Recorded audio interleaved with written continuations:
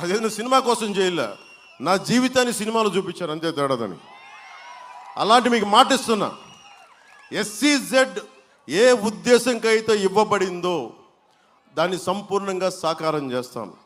రైతాంగానికి చెప్తున్నా, అసెంబ్లీలో భారీ మెజారిటీ ఇవ్వండి నాకు. అసెంబ్లీలో రైతు కడుపు కోత ఏంటో నేను చూపిస్తాను. మత్స్యకారుడి కష్టం ఎలా ఉంటుందో నేను అసెంబ్లీలో గళం వినిపిస్తాను. మీ గళం అవుతాను, మీ గొంతుకు అవుతాను, మీ ఆత్మనవుతాను. నేను ఒక చేనేత కార్మికుడు మగ్గం నేసి నేసి వెన్నెముక కరిగిపోయి ఉంటుంది, ఇరిగిపోయి ఉంటుంది. ఒక చేనేత ఇంట్లో చూసుకునే ఒక ఆడపడుచు పొత్తి కడుపు నొప్పితో బాధపడుతూ ఉంటుంది. వాళ్ళందరి బాధకి నేను అండనవుతాను, భుజం కాస్తాను వాళ్ళందరికీ.